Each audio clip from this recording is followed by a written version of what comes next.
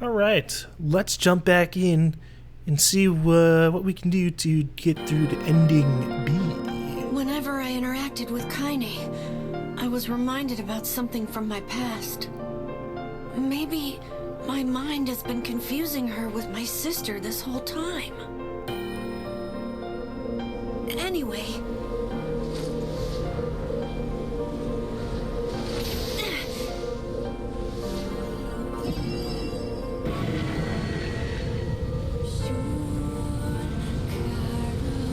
You know, I'm surprised. I thought it was going to start me a little bit more before we saved Kaine. Kaine's dreams, discrimination. The sound of rain filled the village.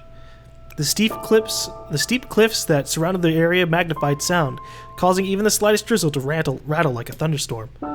Thin wisps of smoke streamed from huts as the villagers huddled in their homes and waited out the rain. A single child, however, had braved the downpour and was now wandering slowly toward the wooden, hawk-shaped weather vane at the center of town. The wanderer reached the vane, which had existed for as long as any could remember, and stared. The child's face was simultaneously delicate and fierce, like a teacup that had survived a shipwreck. Those traits combined with pale white skin to give the face an almost sexless quality. If the beak turns east, I go home. If it stays west, then I... The child blinked. Rain slowly dripped down the young one's short hair and began its long descent to the ground. Come on, come on! The child felt a slight breeze and watched as the vane slowly creaked to life. Spinning this way and that for a moment, it finally settled with the beak pointing firmly toward the east. East? Really? Before the vane could move again, a jagged rock came spinning and tumbling through the air, striking home against the child's head. The force of the blow dropped the child to the ground as a hail of stones began to fall all around. They're just beating up this kid? Oh no, they found me. A heartbreaking smile crept across the child's face as the stones continued their assault. Through the rain, the sound of multiple footsteps grew louder before a voice rang out. Yoo-hoo! Kaine! The voice belonged to Demo, worst of all the bullies in the area. As Kaine struggled to stand, a final stone came skittering through the mud and bounced against her foot. Blood oozed from a cut above her eye and blurred her vision, but she could make out the shapes of Demo and his usual gang of idiots. The boy seemed taken aback for a moment by Kaine's seeming indifference to the blood dripping from her face, but quickly regained his bravado. What's up, freak? You like the rain? You like getting all wet? Or did you finally decide to run away from home? Though she knew it was futile, Kaine turned to leave. Before she could get more than a few steps, the other children scrambled to surround her, cruelty burning in their eyes.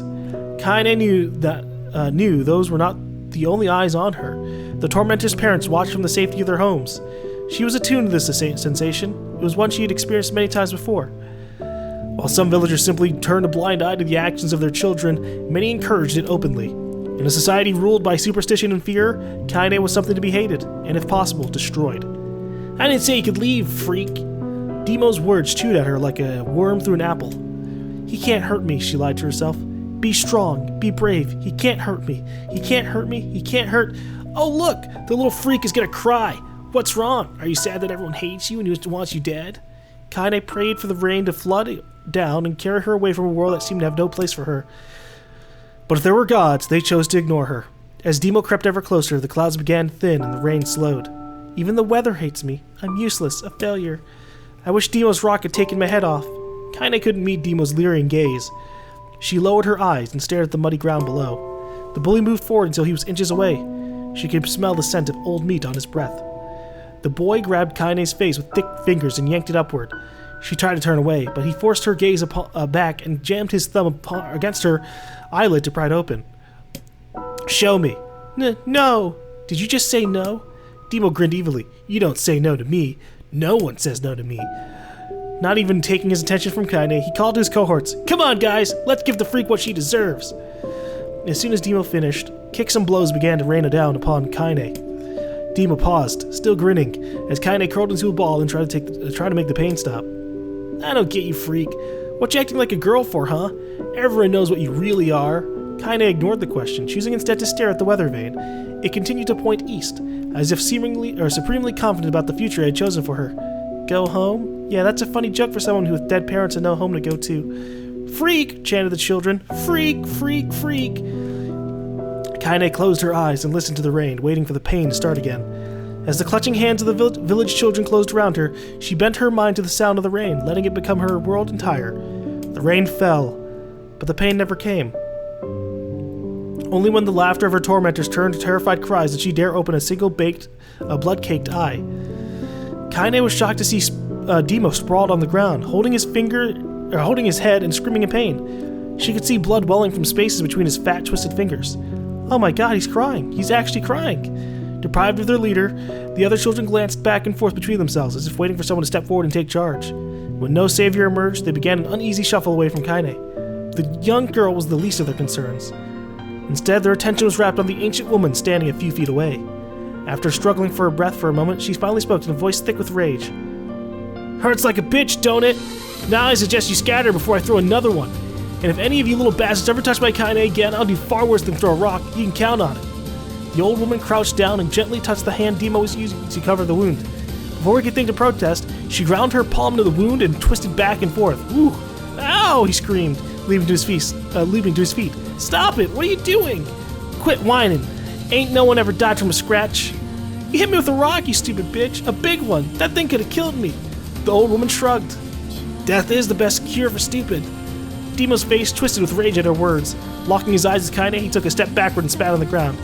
Get out! Leave this village! No one wants you here, either of you! Seeing the old woman grab another stone, Demo and his companions turned tail and ran. As they fled, the old woman grabbed her side and barked out a single laugh. Ha! Look at that fat boy go. Guess he's healthy enough to run from a fight.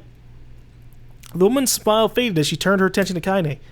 Kneeling down, she removed her shawl and placed it around the young girl's shoulders, then produced a cloth from the folds of her dress and began blotting out the blood on her forehead. Oh, Kaine, she said. Why didn't you fight back? You're stronger than that lot. The words of her grandmother stung Kaine, and she turned away. Don't be nice to me, she said. I don't deserve it. Nothing matters anymore. Her tears, held in check for so long, finally began to fall on the muddy ground below. Everyone hates me. They think I cause bad things to happen. They think I'm a freak. I wish I was dead. As Kaine's tears turned to sobs, she felt her grandmother's hand on her shoulders. Despite her advanced age and diminutive size, she was a woman of surprising strength, and Kaine found herself unable to turn away.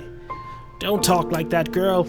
It's a river wide and deep that flows between the realms of this world and the next, and it grants no mercy to any that attempt the crossing. You got a duty to fight until your last breath, understand? The old woman tightened her grip and tried to still the tremor in her voice. You know the pain of losing someone close to you, Kaine. You know because you survived it. As the words hit home, Kaine was struck by the force of her love for the old woman. As a young child, she didn't even know her grandmother, but when her parents died, the old woman quickly accepted her as her own. Grandma, as Kaine called her, was cunning, vulgar, and quick to violence, and their first few years together had not been easy. But with each year that passed, Kaine and her grandmother had grown closer. However, it was only now, sitting in the mud with tears and blood caking her face, that Kaine truly understood the depths of her affection. Here was a woman who had seen hard times, who had seen death, who had fought through all these things and somehow emerged on the other side. If anyone could understand Kaine's pain and loneliness, it was her. Did I make you sick, Grandma? Course not. Don't be an ass. Kaine drew her mother's moth-eaten shawl around her body and shuddered. But my body, it's not normal. If I was normal, then Mom and Dad wouldn't... Hush, interrupted Grandma. I'll not hear another word of this nonsense. You're my granddaughter, and I love you. And if folks have a problem with that, they can just go to hell. With that, the old woman reached out and placed a wreath of dried flowers in Kaine's hair. The skill it took to bend the flowers without breaking the stems or losing a single petal was remarkable, and the beauty of it made Kaine want to cry all over again. Oh my gosh, these are lunar tears! Grandma, you made this for me? Lunar tears were legendary flowers. Most people could live their entire lives without ever seeing one, and yet her grandmother had somehow collected a dozen or more. Kaine reached up and touched the wreath as if she couldn't believe it was real. Where'd you find these? I just stumbled upon them while I was out doing the shopping. The old woman turned away as she spoke, leading Kaine to suspect that the search had been more difficult than she was letting on. The pains she took to construct the ornament, let alone track down the flowers using its construction, made Kaine's heart hurt. She reached up and gently adjusted the wreath, admiring the way it felt between her fingers. Didn't quite turn out right, said her grandmother as she squinted at it. These old hands have trouble with delicate work, but it sure looks good on a pretty girl like you. Kaine blushed and turned away. You think I'm pretty? Course you are. What a fool thing to say. Thank you, Grandma. Her grandmother smiled. We're gonna be fine, you and me, she said. Long as we got each other, we'll be just fine. Kaine took her grandmother's hand in hers, and the two of them struggled to their feet. As they began the long walk home, Kaine gripped the hand with all her might, as if trying to stop smoke from drifting away on the wind. The rain had stopped. Kaine stood beneath the weather vane, watching it spin in lazy circles, no longer caring about the direction it faced when it stopped. I don't need to escape. I have a home now. Grandma loves me, and that's enough, even if it's us against the world. Kaine let her gaze drift up past the vane and into the cloudy sky. The last faint hints of a rainbow were slowly fading. As she turned and headed for home, the light scattered into a million particles and vanished, seemingly taken away on the breeze.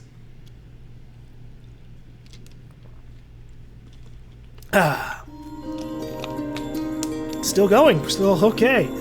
I didn't expect this part of the playthrough to just start off as a text adventure. Let me drink a little bit of water here, because this is a lot of reading.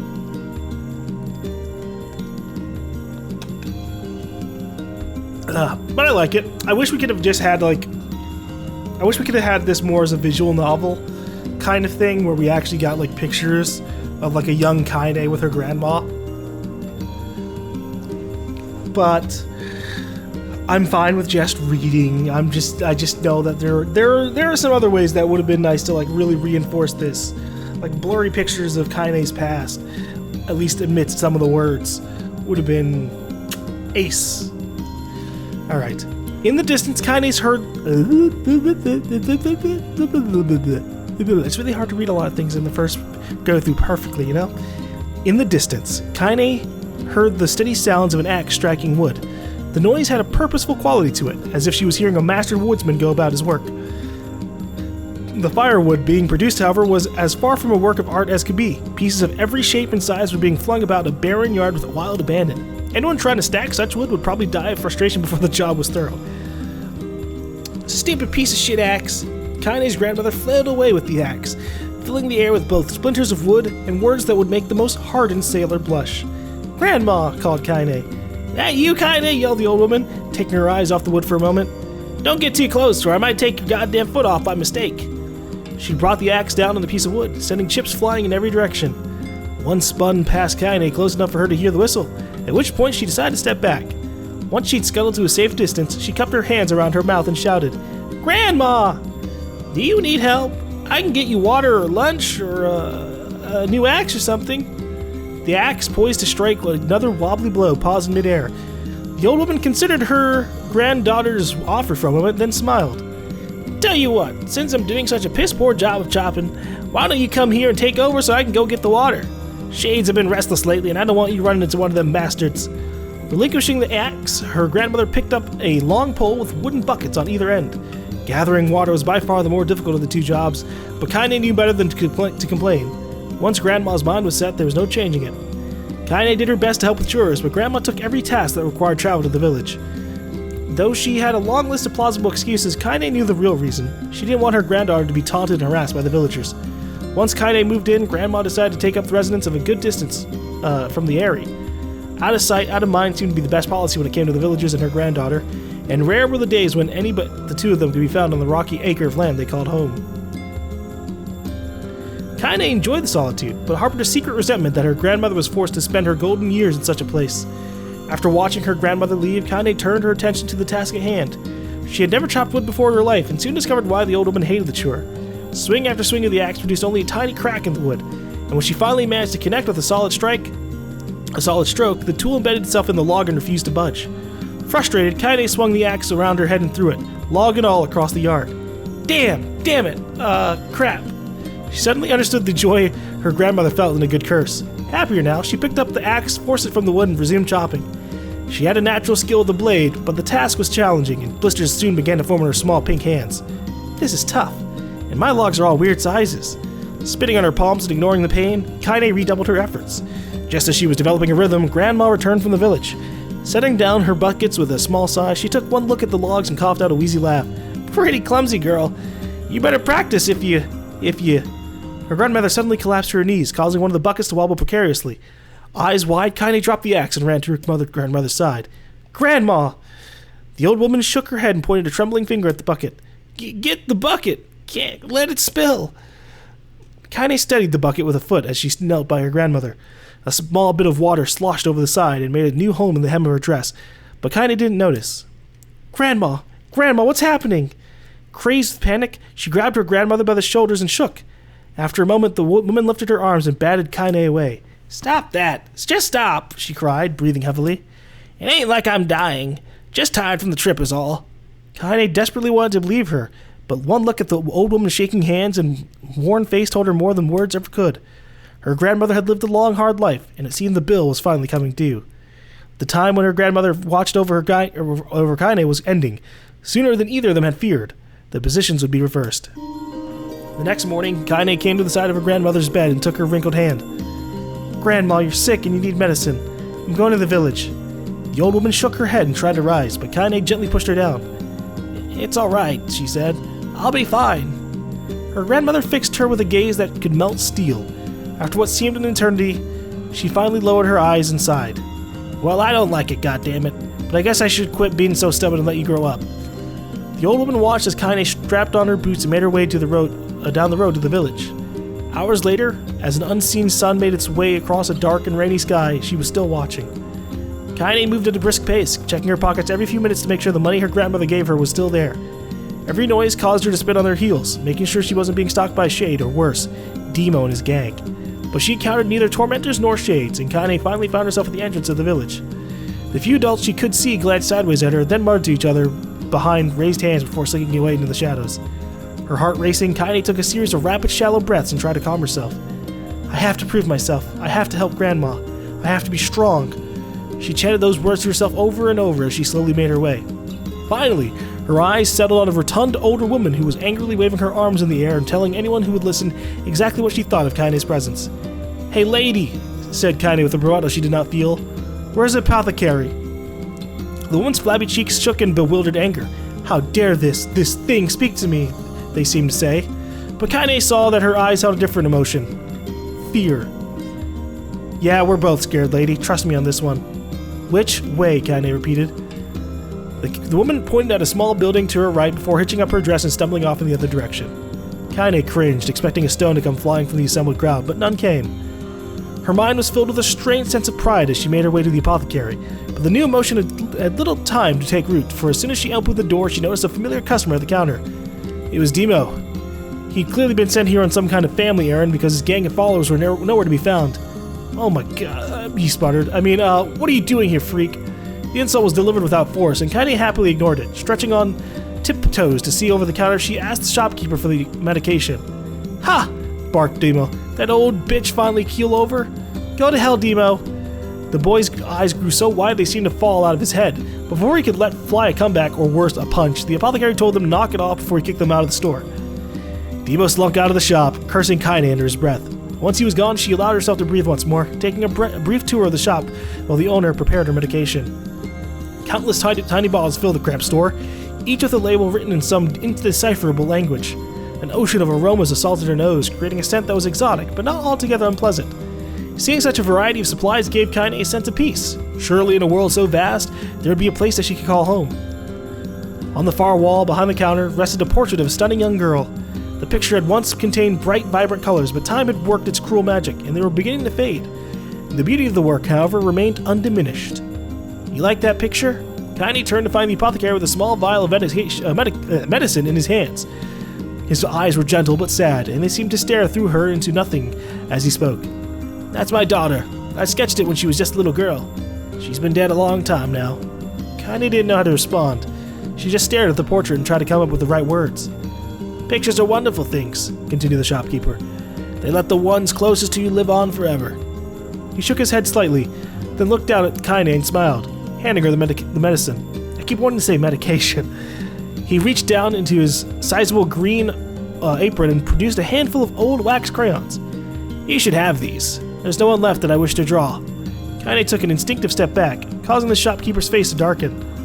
Yes, I've heard the rumors about you. It's a small village, and word travels quickly. Between you and me, I'm not sure which of them to believe, but I also don't think they matter much. I know your grandmother, Kali, and I think the way she was driven out of this town is just deplorable. Grandma's name is Kali? Thought Kaine suddenly.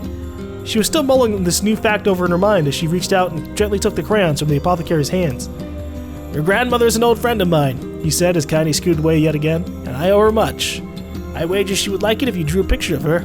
Yes, I think she would like that very much.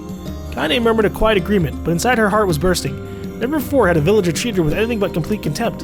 It was a tiny, almost imperceptible step, but it was a step nonetheless, and with enough tiny steps she might one day discover the rest of the world. When Kaine returned home, she found her grandmother asleep in bed. Her feet were blackened and raw, even bleeding a bit in places, leading Kaine to think that she had been pacing around the room until exhaustion finally caught up with her. She placed the medicine by her grandmother's pillow and turned to leave, but found the old woman's clasped around her arm. "Back ready, are you?" asked her grandmother with a yawn. "Come here, let me have a look at you." Grandma sat up and examined Kaine from head to toe. Finally satisfied that nothing terrible had befallen her grandchild, she leaned back and allowed herself to relax. "Well, how was it? Those bastards give you any trouble?" "It was kind of fun," said Kaine with a small smile. "No, seriously, it was." "Fun, eh?" asked her grandmother in a voice which implied she believed anything but. "Uh-huh, so anytime you need me to run an errand, just let me know." As she spoke, Kaine removed the crayons from her pocket. After a brief explanation of their source, she informed her grandmother that she was going to sketch her portrait. "A portrait of me? Ridiculous. No one wants to stare at a wrinkled old crone." "But Grandma, it'll make you live forever." "Horseshit," said her grandmother, throwing back the sheet from her bed. "Living forever would just piss me off. Now put those crayons away and help me with dinner." But Kaine would not relent, and in the end, Grandma found herself leaning against the wall of their house, as if posing for a master artist. Kaine took up the crayons, eyed her subject carefully, and set to work. Just as her grandmother was about to nod off, Kaine finished the piece. After staring at it for a bit, she released it from her grip and let it slowly drift to the floor. "It's terrible. It doesn't look like you at all." "I'm sorry, Grandma. I thought these crayons would, make drawing easy or something." The old woman's eyes narrowed at her grandmother's disappointment. "Let me be the judge of that," she said, ignoring the pain in her back and reaching for the paper. The sketch could have been a person's face. It also could have been a boulder, a lump of clay, or an incredibly misshapen loaf of bread, all rendered in a chaotic array of colors. The old woman stared at the picture for a long time, then slowly wheezed out a laugh. "Oh, Kaine," she said between laughter, "you truly are my blood. You're as clumsy as me, and I love it. But, hush, I won't hear any more bull about how ugly you think it is. It came from the heart, and I'll treasure it always." True to her word, the old woman gave the picture a place of honor above the kitchen table. In the days that followed, Kaine would often catch her staring at the portrait with a strange smile on her face, an action she interpreted as silent, mocking laughter. A week later, Kaine could stand it no more, and asked her grandmother to take the artwork down. "Posh," said the old woman. "I'll take this down when they roll me in my shroud." She pondered this for a bit, then turned to Kaine and dropped to one knee.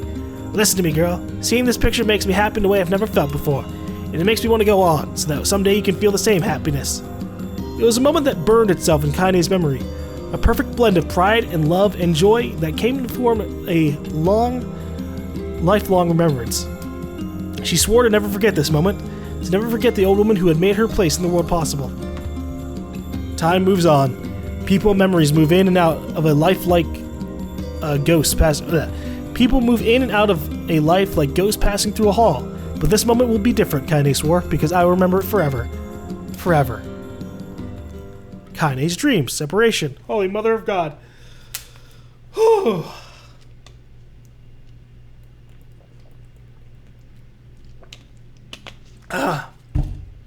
All right, having a little bit more water. I'm starting to lose my voice a little bit in reading all of this. But Kaine's remembering a whole bunch before she gets revived. Jesus. Kaine listened to the sound of crackling firewood and stared at the black object on her plate. She'd been pushing it around the wooden disc for a good 10 minutes, ignoring the bemused stare of her grandmother. Finally, she summoned her courage and gave the object a brief sniff. A sharp, bitter scent flew up into her nostrils and made its home there, causing her face to twist with disgust. "Grandma, I can't believe you want me to eat a bug." The old woman threw some more wood under the cooking pot and snorted. "It's no bug, you fool girl. It's a berry." "Why the hell would I be feeding you bugs?" "Well, it sure looks like a bug," said Kaine. "And I think it's burnt or something because it smells terrible." With that, Kaine held her nose and threw the berry in her mouth, chewing as little as possible. "Oh yeah, that's terrible, all right." "Why, you little brat," laughed the old woman. "Look at the sass on you. You've been spending way too much time with me, and that's a fact." 5 years had passed since the moment when Kaine's grandmother saved her from the bullies. As is often the way with two stubborn people, their relationship had grown in fits and starts, but moved forward all the same. Meals that used to be somber affairs were now filled with laughter and hurled abuse in equal measure. Kaine could not remember a time when she had been happier. As the years went by, Kaine started to shoulder more and more of the daily responsibilities. Her grandmother's legs grew weaker by the day, and she could no longer do many of the chores she used to take for granted. And so this morning found Kaine lacing up her work boots with a breakfast of burned berry rolling through her belly. "Where are you going today?" asked Grandma suddenly. Kaine looked up, surprised. The old woman rarely asked for specifics anymore. "Well, I was going to check out the kelma trees and see if they were ripe. I thought we could make some jam or something. Oh, I'm going to pick up some flagstones, so I need to take the wheelbarrow." "Flagstones? What in the hell for?" Kaine stared at her grandmother, then held out an arm and swept it around their home. Constructed mostly of cloth, rope, and rubble, the old place sagged like a boxer in the final round. "Grandma, a dying cat could chew through this house. I'm going to build a stone wall so we have some protection." The old woman laughed, exposing her toothless grin to the world. "Goddamn, girl, if a bunch of thieves want to ransack this old place, let them come. We got nothing worth stealing anyway." "I'm not worried about thieves. I'm worried about shades. People saw one west of the village yesterday." The old woman tilted her head and stared at her granddaughter. "Well, shoot. I don't know why you have to do it today. We can worry about it some other." "Grandma, no. If I don't go to the kelma trees, we won't eat tonight. You know that." A confused expression passed across the old woman's face, and for a moment she was a small child lost in a carnival. "Yes," she said after a bit. Yes, of course, you're right. I'm sorry, Kaine. Lately it seems my mind is..." She didn't finish the thought, instead walking over to her nightstand and gently taking the wreath of lunar tears from the drawer. The flower petals had aged to a brilliant whiteness, and Kaine thought it was more beautiful now than it was the day she first received it. "You're going to be a true woman soon," Grandma said as she placed the flower in the girl's hair. "So that means less chatter about shades and building defensive walls, and more talking about how beautiful you become." Annoyed, Kaine reached out to remove the garland, but the look on her grandmother's face stopped her hand. "You're a beautiful thing," said the old woman, "and there ain't nothing like you in all the world. I'm very proud of you." "Okay, Grandma, that's enough goddamn compliments for one day. Such a mouth on you. Where did you get that from? Where did that come from? Gee, I wonder." "I'll teach you to sass me, girl," yelled Grandma. Suddenly she lurched forward and grabbed Kaine by the ears, pulling her around the room with a crazed grin on her face. "Grandma!" yelled Kaine in a quaking voice. "Grandma, stop it! What the hell?" The old woman stared at her and blinked, then slowly held her wrinkled hands as if it was the first time she had seen them. Oh, I don't know what happened there, girl. I'm sorry, girl. Sometimes my mind just... Kaine thought the look on her grandmother's face was the most heartbreaking thing she'd ever seen. "Listen," she began, "maybe I should stay home after all." "No, I won't have you stay here to keep an eye on an old codger like me. You go get your fruits and your wall and whatnot, I'll be fine, and when you come back I'll have a nice grasshopper dinner waiting for you." Kaine rolled her eyes, then kissed her grandmother on the forehead and made her ready to depart, trying desperately to ignore the worry that was gnawing at the walls of her heart. Kaine could feel the old woman's eyes watching as she moved down the path. Don't turn around, she told herself, but in the end the temptation was too great. She spun on her heel for one final look and saw a small bent woman standing in front of a ramshackle hut with a sad expression on her face. God, she looks so old now. It's like the wind could reach down and just carry her away. Kaine worried about her grandmother all day, causing her work to suffer. What little fruit she could collect was tossed carelessly into the wheelbarrow, and she only found a couple of stones before losing interest in the project. Finally, as dusk approached, she decided to call it a day. Cursing herself for the lack of focus, Kaine pushed the nearly empty wheelbarrow back down the path. As she crested the final hill, she suddenly froze in place. The wheelbarrow fell from her fingers and collapsed on its side, sending a few pieces of wrinkled brown fruit rolling down the hill. Her gaze was transfixed by a thick black cloud that hovered just ahead. Tracing its path with a finger, Kaine suddenly felt her stomach knot in and of itself. No, oh gods, no! Her grandmother's house was ablaze, the flames licking up as if trying to touch the sky itself. Grandma! Grandma! Kaine ran then, faster than she had moved in her life. Once she tripped on a stone and went sprawling into the rocky ground, but she leapt to her feet and continued running, unmindful of the blood that spilled from her wounded hands and knees. As she got closer and closer, Kaine's mind began to race in time with her footfalls. It's too dark, not just fire. Can't be fire, too much smoke. Gotta save her. She burst into the front yard and came to a sudden halt. Her worst suspicions confirmed. The smoke from the fire was mingling with the thick, inky blackness of an enormous shade. The massive creature supported itself on 3 twisted feet and achieved balance through means of a large armored tail. Scales, horns, and claws sprouted from the body in random chaotic pattern, giving it the appearance of a lizard designed by some insane god. Seeing Kaine, it let out a roar and flicked its tail, sending small whirlwinds spinning around the yard. For a moment, the creature retreated into a shimmering, inky blackness, as if her mind was unable to comprehend that such a thing could actually exist. But then the smell hit her, a blend of rotted meat and excrement, and the horror became real once more. The creature bellowed again, and this time Kaine responded with a scream of her own. "Alright, you bastard," she thought as her scream echoed off the high cliffs around them. "It's you or me, let's go." The shade eyed Kaine with bemused interest. Then it began looking from her to the house and back again, as if urging her to look at the destruction it had so gleefully wrought. With dread building in her heart, Kaine glanced toward the house. Through the smoke and flames, she spotted a small figure struggling to escape the ruins. "Grandma!" At the sound of her voice, the old woman began waving frantically. "She's alive," thought Kaine. "Alive!" Kaine's legs sprang to life as she raced across the yards toward the flaming wreckage of the house. Before she could advance more than a few steps, the shade opened its mouth and let out a roar powerful enough to uproot trees and send them flying. The blast sent Kaine tumbling through the air before smashing her against the rocky earth. Stars danced in front of her eyes as she tried to remember how her legs worked. "Get up! Get up! Get up! Get up! Get up! Get up now!" As Kaine struggled to her feet, the shade stomped toward the house and pinned her grandmother to the ground with the tip of a claw. The old woman struggled to move the claw from her stomach, but she might as well have been pushing a mountain. She coughed briefly, sending a small spray of blood into the air, then collapsed to the ground, her energy spent. Kaine lurched to her feet, only to fall back to earth with a gasp. Her ankles were on fire. One or both of them were sorely broken. Ignoring the pain that screamed through her body, she began dragging herself across the ground, leaving a drunken trail of dust and blood in her wake. "Grandma, hold on, just a little longer." Her grandmother's face was turning blue, her eyes rolling back until only the whites were exposed. Kaine pulled herself across the ground with maddening slowness, the distance seeming to increase with every second that passed. The shade glanced between the two women and flicked out its tongue, its giant mouth turning up at the corners. Short, panting breaths belched from somewhere deep inside its core. Bastard, laughing at us. She had no idea how such a mindless creature could experience emotion, but there could be no doubt the shade was taking joy in their suffering. "Yeah, I see your plan." The shade moved its claw slightly, allowing Grandma to breathe again. He was clearly keeping her alive only to snuff out her life when Kaine was close enough to touch her. "I'm gonna kill this bastard." Summoning all her strength, Kaine rose to her feet. There was a sickening snap from her right ankle as the foot twisted backward, but she forced it from her mind and began to hobble towards the monster. Pulling a small knife from the pouch at her waist, she leapt on the foot that pinned her grandmother and plunged the weapon deep. "Give her back!" she screamed. "Give her back to me!" It was like stabbing a rock. After a few swipes, the knife broke at the hilt with a dull snap. The shade panted laughter again, then raised its tail and sent it rushing through the air toward the young girl that was latched onto its foot. Kaine never had a chance. The tail struck her square in the chest and sent her crushing into the house, the burning wreckage of the home. As she lay on the ground with blood pouring from her wounds, a small, weak voice spoke up. "Kaine?" Kaine's vision blurred, but she forced herself to focus on the sound.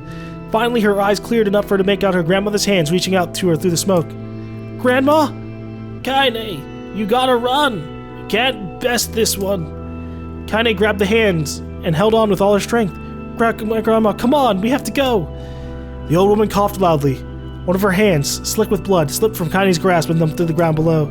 "Grandma, no! No!" "I said run, goddammit. You have to live. You have to get through."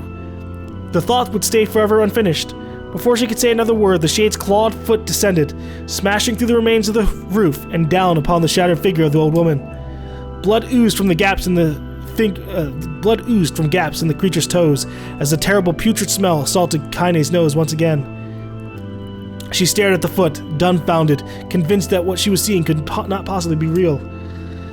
When the creature finally lifted his appendage, all that remained underneath was a twisted, unrecognizable mass of rubble and red. Her grandmother was gone. Kaine blinked, trying to feel the hands which had just been in hers just a moment before. For a fleeting instant, she could remember the warmth of that embrace, the trembling of the fingers, but then the sensation drifted away on the breeze and was gone. Memories flashed through Kaine's mind, one after the other, faster and faster until it became a meaningless jangle of noise. Kaine screamed then, a thunderous sound that echoed off the cliffs and seemed to roll away forever. The shade eased forward, black ichor pouring from its mouth and dissolving into smoke on the ground below. The earth shook with every step as it crept towards its prey. Kaine's body slowly rose as if controlled by a mad puppet master.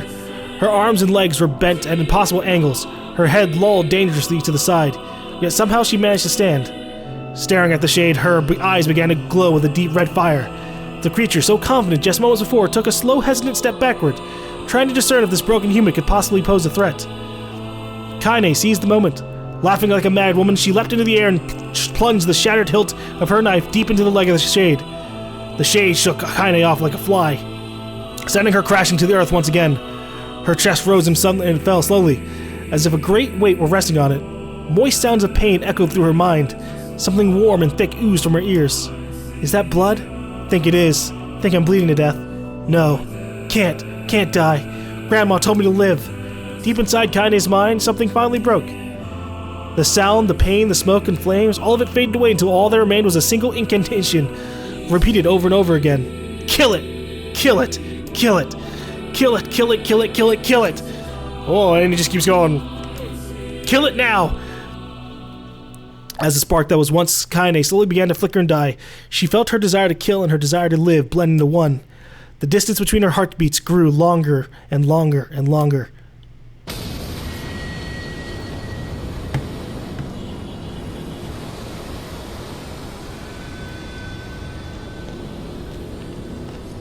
Oh, Jesus. Well, Kaine's gone through a fucking lot.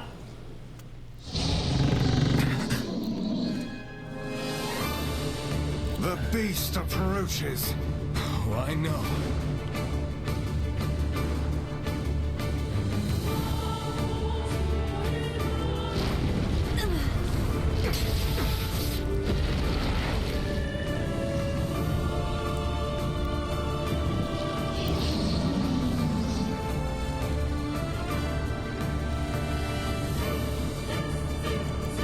Hey, we're back as this guy. Okay, hold on.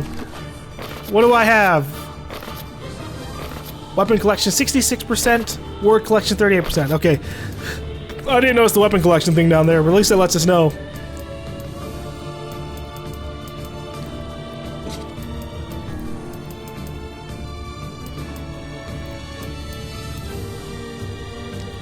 Phoenix Sword.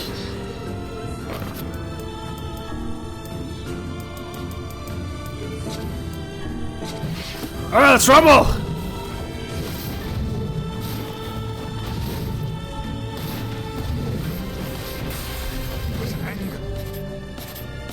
This creature must have. How did it even survive these past 5 years? Well, it's basically just a human soul. It dies today. My sword is lighter. It's not the blade, but the skill of the user. Strike it down.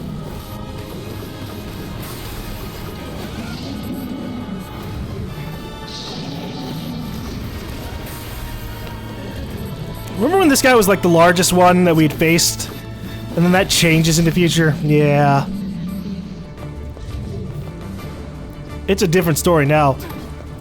Hello, thank you.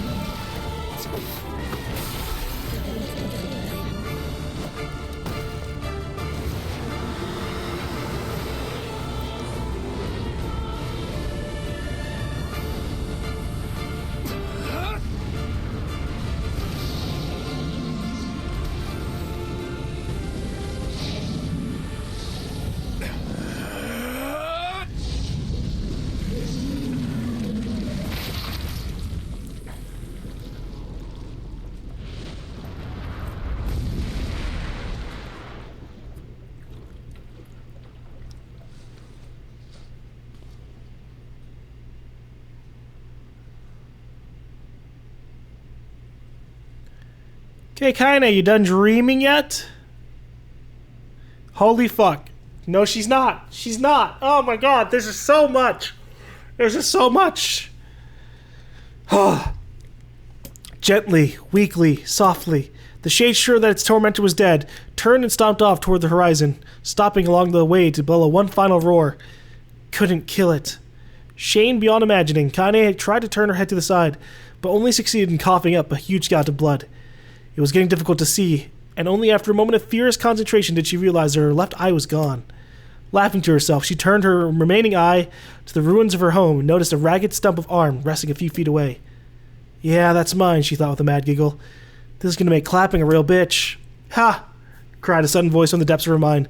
Finally gonna die, are you? Well, you had it coming. Go to hell, Demo, she thought at the unseen assailant. Go to hell before I pluck out your eyes and feed them to a dog. The voice of her childhood terror evaporated into smoke, only to be replaced by another, more recent voice. Hold still, said the apothecary. materializing from the ruins like a ghost. I want to draw you. That way you can live forever. No, stop. Don't want to live forever. Want to die right here. I see, he said quietly. Well, if that's what you want. The spectral shopkeeper fluttered in and out of existence for a moment, then produced a piece of paper and sketched quickly. After a few seconds, he turned the page to Kaine and smiled. Since you rejected my offer, I decided to draw someone else. It was a picture of her grandmother, real as life. Kaine opened her mouth to thank the man, but stopped as the picture began to blacken in the middle. Before she could say anything, dozens of multi-legged insects began to swarm across the image, tearing at it with sharpened pincers. Stop! No! Don't hurt that picture! Kaine reached out with her remaining arm and waved futilely at the air. To her surprise, the insects fell off the picture into the ground below, where they vanished into tiny black tendrils of smoke. Relieved, Kaine turned her good eye back to the picture, only to open her mouth in a silent scream. The sketch now showed her grandmother as she truly was, a smashed, unrecognizable lump of nothing. The apothecary smiled, then broke into a jolly dance. See that? He cried as he danced a jig. It's perfect now. She looks just like you. Ha ha ha cha cha cha cha. I look like that? Oh God. Oh God, I'm gonna die. I'm gonna die. Drowning in despair, Kaine laid her head back in the mud and smoke of her ruined house and waited for the end to come. But just before she let everything go, an unfamiliar voice began whispering in her ear. Ain't you got a wish, Sunshine? The voice was vulgar and fierce at the same time, as if insanity had somehow found a way to take form. Kaine wanted to scream as the voice crawled under her skin, but her lungs refused to work.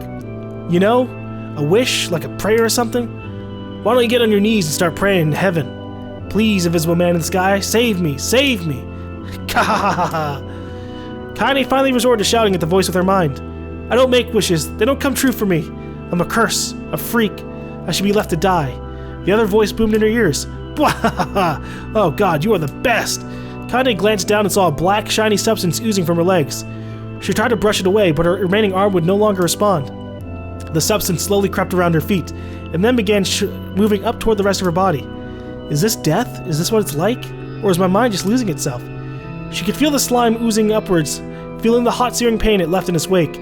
Whatever else might be happening, she was still alive, and this was real. Come on, said the voice. Let it go.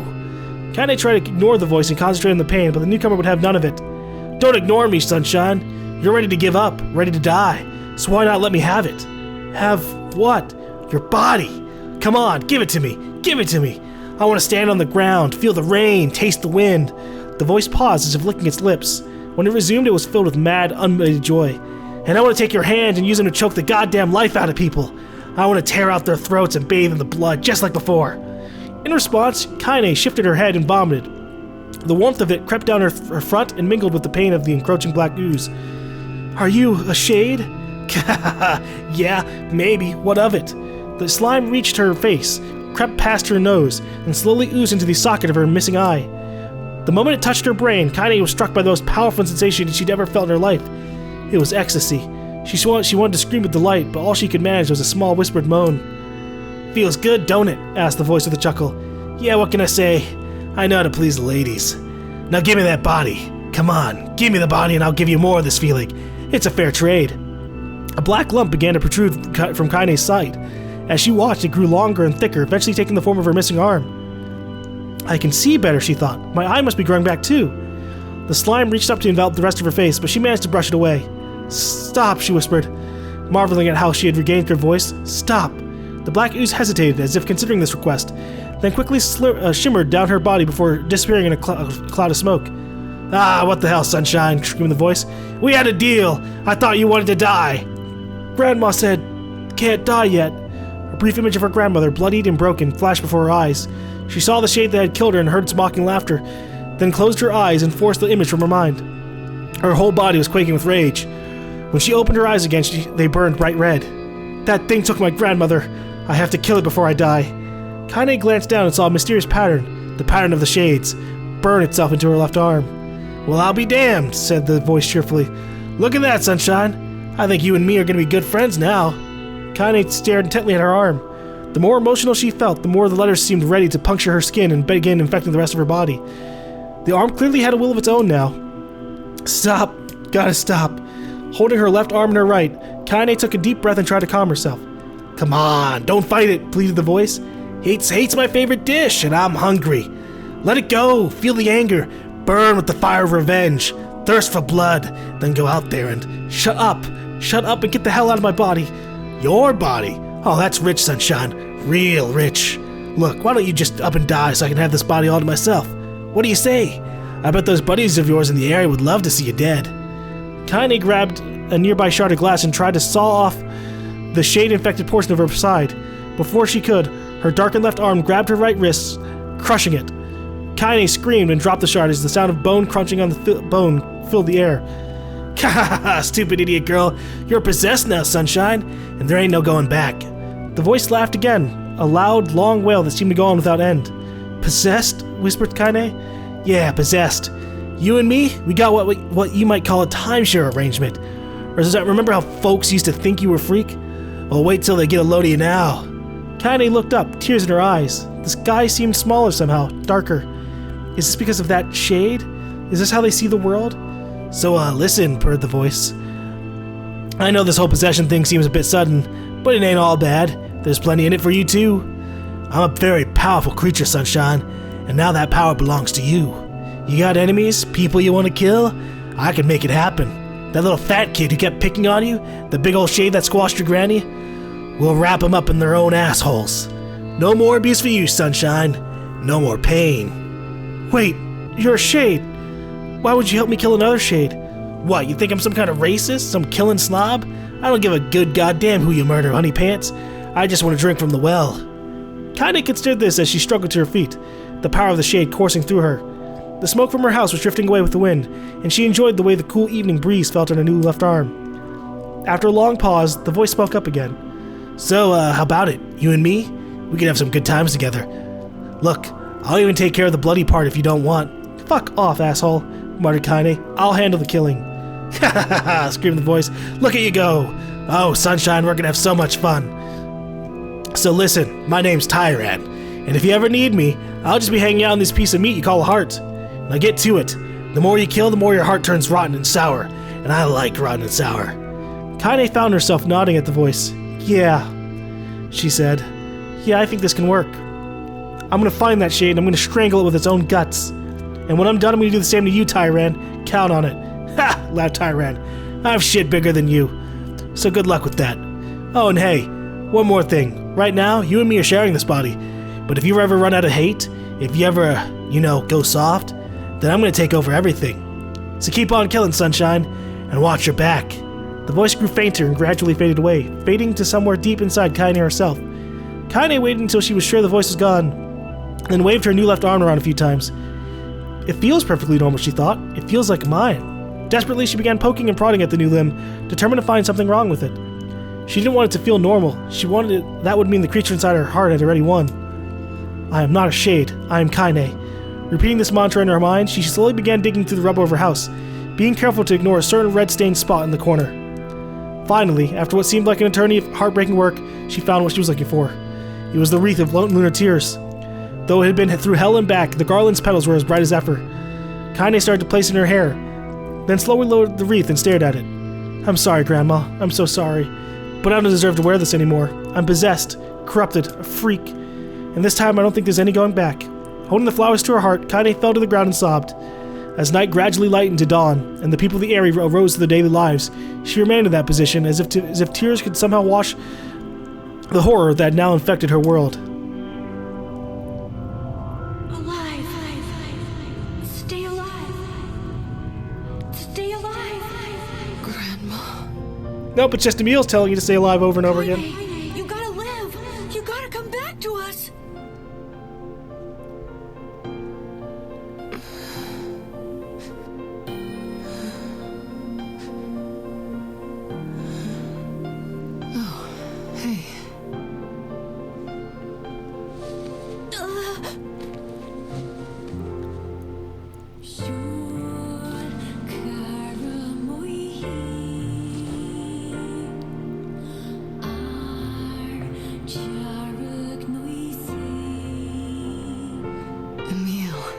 You were the one calling me, weren't you?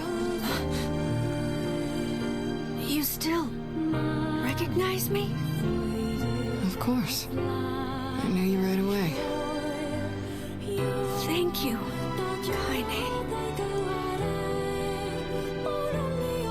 Welcome back, Kaine. Wow, you grew up. So, how long has it been? 5 years.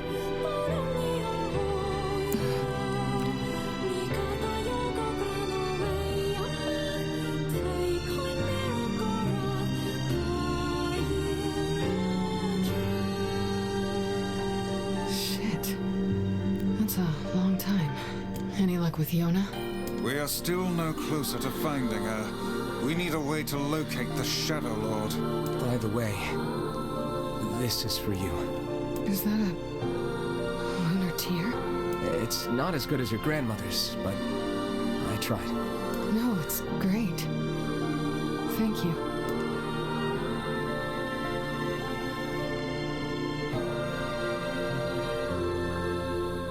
Kaine waking from her long petrified sleep. Emil's unflagging kindness. Our reunion was a happy one, and we let it wash over us like rain. That is, until Devila and Popola had to go and ruin it all. Because of course they did. Because they're terrible people. They're terrible. Not people. You can't be serious. Please try to understand. People are tired and scared, and I'm sorry. I'm sorry you have to bear the brunt of that. It's so weird to be on the other side of this now, where like we know they're gonna try and stop us from saving Yonah. And during the time, they were really cocky. Like they were really fucking. Like they seemed really heartless about the whole thing. And then we go back to here, where they're a lot more heartfelt. This is crap, and you know it. It's okay. We can sleep outside. No one's sleeping outside. You and Kaine saved this village, and now they want to run you out? People are afraid of us. And really, I understand. I mean, look at me. As long as you're still with us, I can deal with it. Right, Kaine? I'm used to sleeping outside. But We'll see you later. Sorry about this.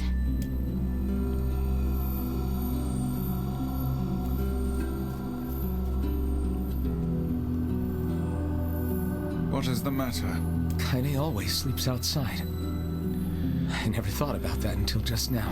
Never even occurred to me. Damn it. We should turn in.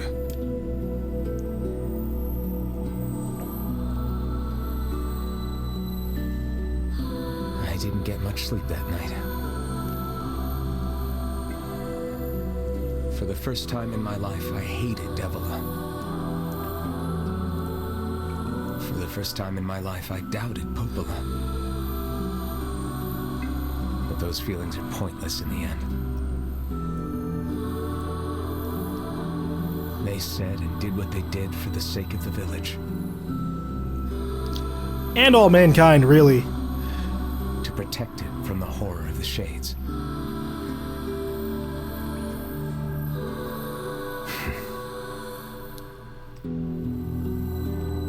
Really, how can I blame Devila and Popola? Easily. In the end, I'm just as bad. Because I never once stopped to think about Kaine and Emil's situation myself.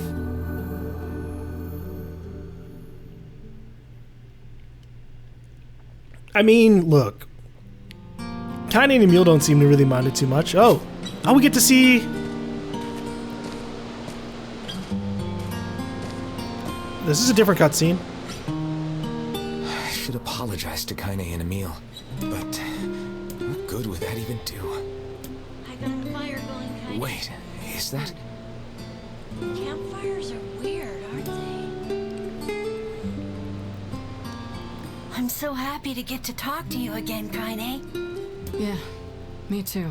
I tried everything I could think of to save you, you know. I polished you with a special cloth. I poured warm water over you. Wait, you poured water on me?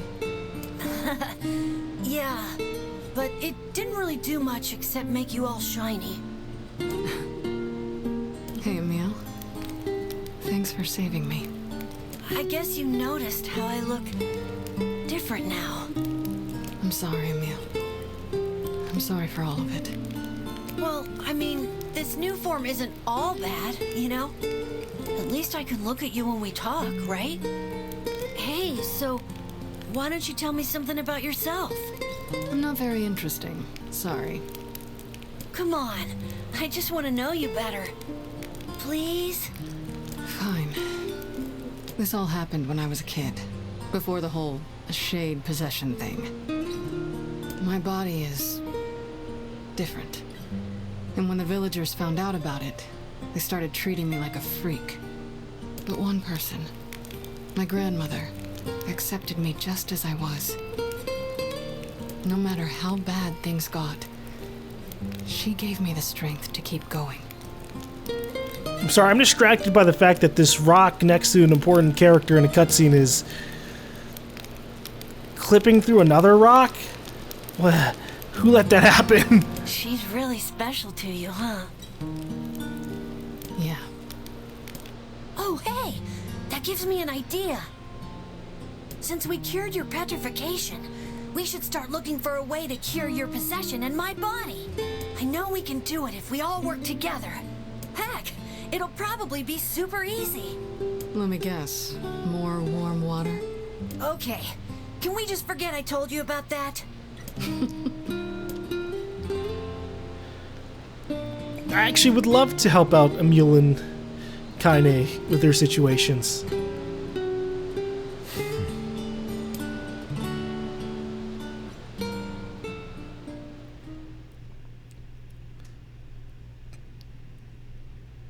But I guess we'll just leave them be. Sleep well? Sure.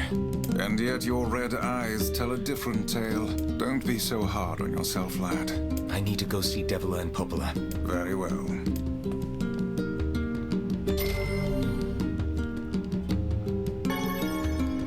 Gold moonflower seed. So we unlocked something called Mother's Diary. What is that going to be here? What might that be? It's Mom's diary. I've not heard you speak much about your mother. She got the Black Scrawl and died when I was little. My apologies for bringing it up. It's all right. I can barely remember her face anymore. This is the only thing I have left of her. Reading it helps remind me of when we were still a family. I see. But the final entries get a little strange. In what way?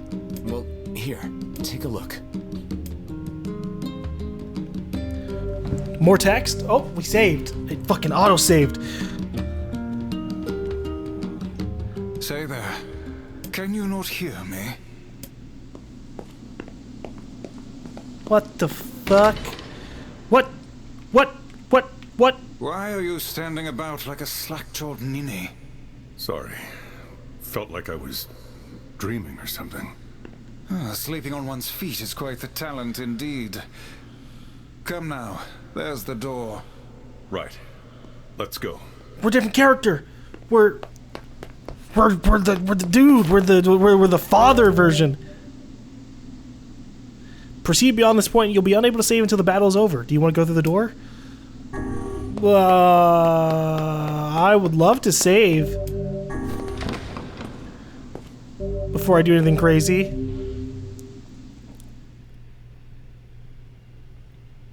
That's amusing. Because we're very clearly a different person there. My word. Something wrong? I feel as if I've just awoken from a most unpleasant dream. I know what you mean. That happens to me whenever I read it.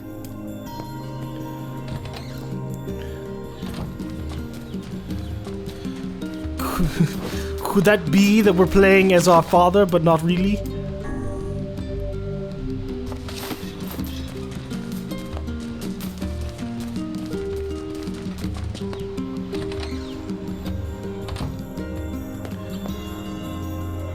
Yeah.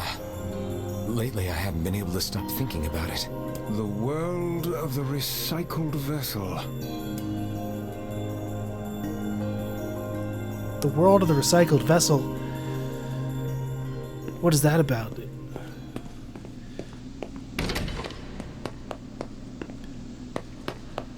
Is that just talking about how we're using a different model / completely different character in exchange. This is the world of the recycled vessel, created to avoid the destruction of all. Okay. Oh, what the fuck?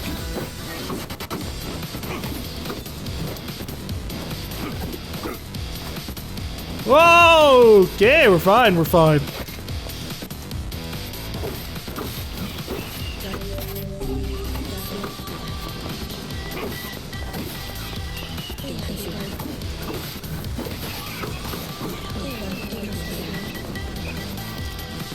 I'm down for this remix.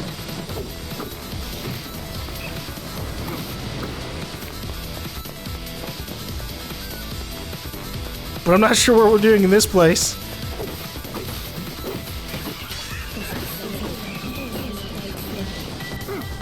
Am I just fighting my way down all the way through these floors?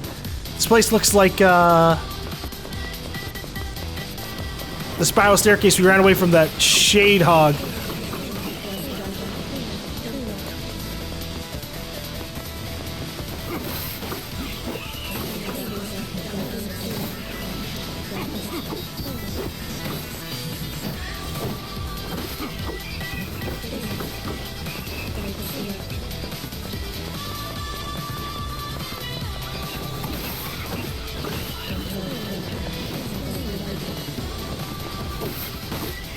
I'm wondering, I'm hoping I don't regret this. I'm hungry. I have a hunger. And this place might end up being a place where I have to fight for a while. In which case, I won't be able to get food. We'll see. Whoa, what the hell?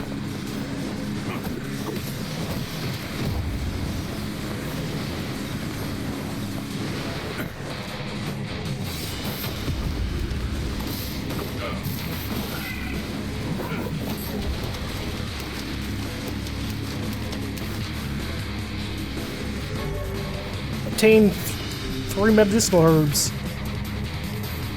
That's it? To continue fighting on? The Black Scroll, a lost destiny, a white book, a false truth.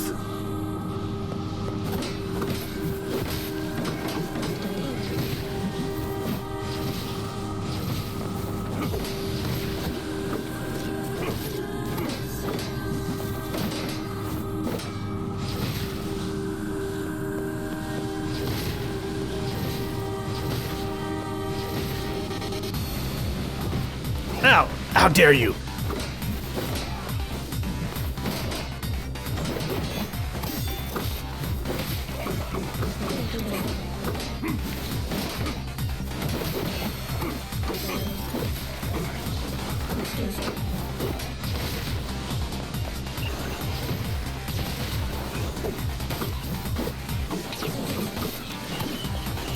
The colorization of this world is so intense.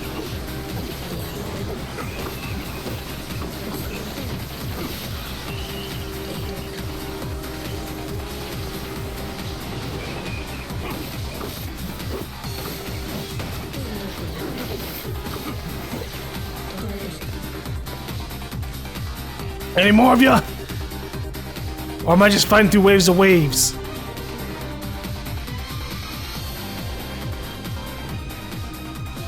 Soldiers of Salt calling forth white death. They are legion, those who plunge the world to darkness.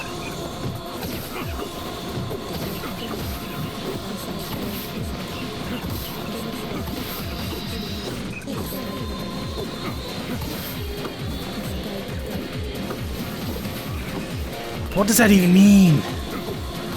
The shades?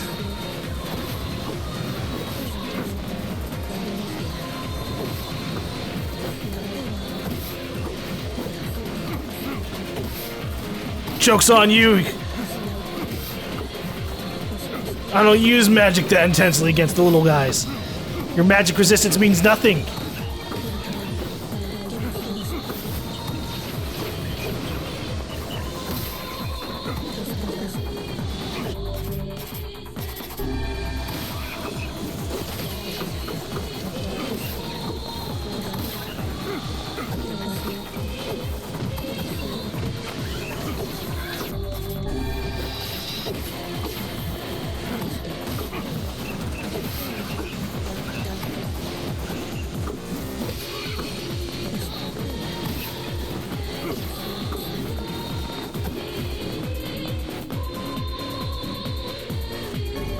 Obtain the one-handed sword, Fool's Embrace.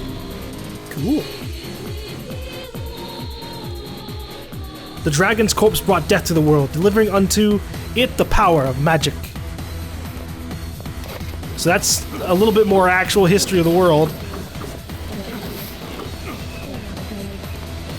See, I don't know anything about Drakengard. It would have been interesting if they ever, like, remastered Drakengard just so we could actually play out the events that lead to this world. NieR is in a weird spot for that, though.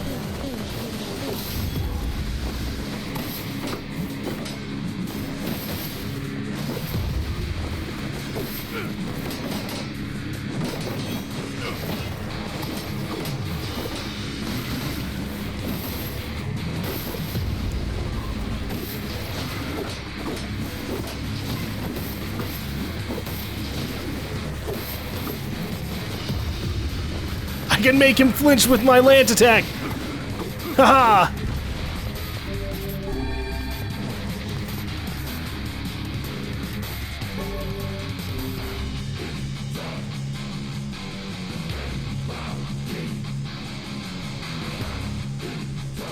The black sickness stains the future. They journey to return to the soulless vessels. Soulless vessels. They journey to return to the replicants. Am I a replicant? That was something I didn't... not fully sure about.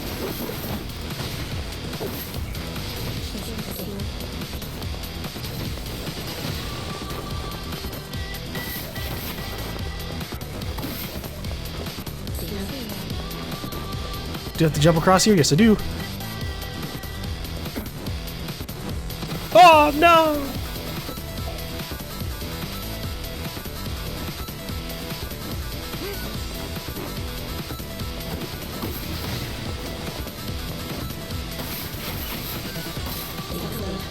This is a lot of guys, holy shit.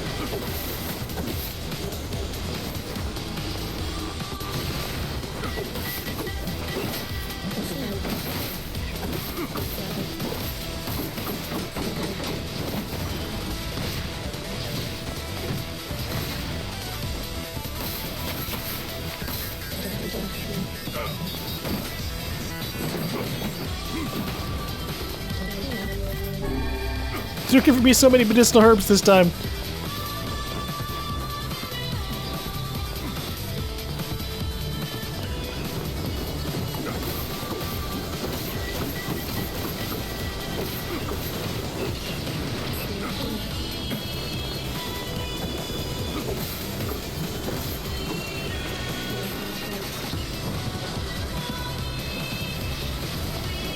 I'll go over there and stab you if you want.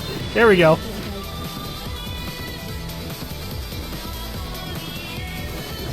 Oh! He sniped me out of the air, that little bastard!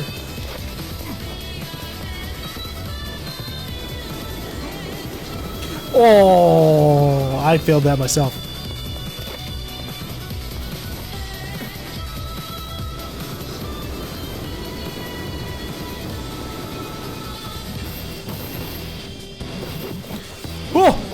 Oh! I almost fell off just from attacking. No! Wah!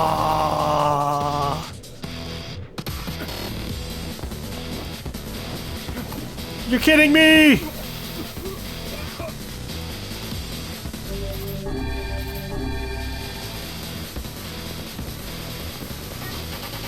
There we go.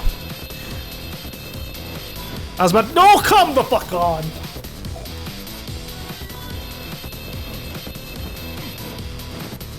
Such easy falls. Oh! Ouchies, that didn't actually hurt that much. Holy fuck diddles.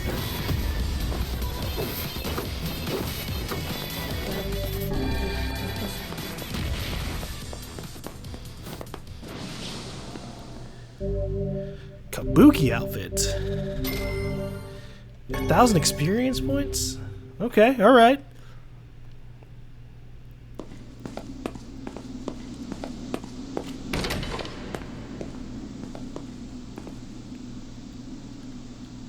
So, like, I can go do that one later, right? Doesn't give us any warnings. Because obviously I can go through the second door another time. But my hunger, it calls to me. My word. Something wrong? I feel as if I've just awoken from a most unpleasant dream. I know what you mean. That happens to me whenever I read it. It's not too bad. It's just fighting our ways through waves upon waves of enemies.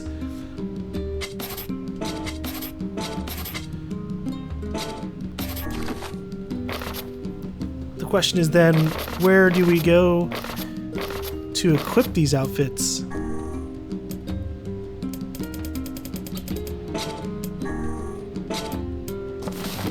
I have no idea. I'll look it up while I'm away. But for now, we'll save. And take a little bit of a break.